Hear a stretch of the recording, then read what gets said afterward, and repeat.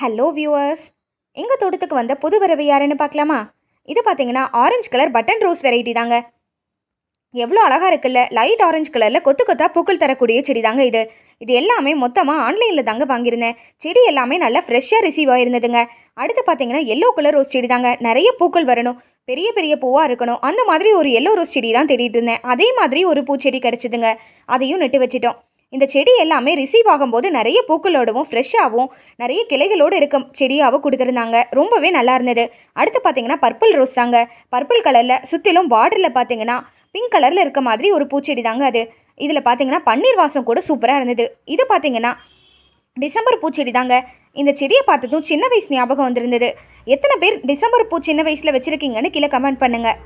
இந்த செடி எல்லாமே வைக்கிறதுக்கு என் ஹஸ்பண்ட் தாங்க ரொம்பவே ஹெல்ப் பண்ணார். இந்த செடிகளை பற்றி தெரிஞ்சுக்கணும், எங்கே நான் வாங்கினேன்னு தெரிஞ்சுக்கணுன்னா கீழே கமெண்ட் பண்ணுங்கள். இந்த வீடியோ பிடிச்சிருந்தா லைக் பண்ணுங்கள், ஷேர் பண்ணுங்கள். Thank you for